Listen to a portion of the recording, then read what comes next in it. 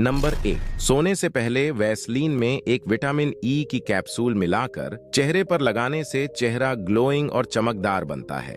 Number 2, दुनिया की सबसे ताकतवर सब्जी मोरिंगा है। नंबर 3, बादाम खाने से आंखों की रोशनी बेहद तेज होती है। नंबर 4, सेब दिल की हिफाजत करता है और खून को जमने नहीं देता। नंबर 5, शहतूत खाने से बेचैनी, घबराहट और चिड़चिड़ापन दूर होता है। नंबर 6, टमाटर खाने से चेहरे पर निखार आता है। नंबर 7, पत्ता गोभी खाने से मोटापा कम होता है। नंबर 8, जैतून का तेल चेहरे पर लगाने से दाग खत्म हो जाते हैं। नंबर 9, नींबू का छिलका खाने से हड्डियां मजबूत होती हैं।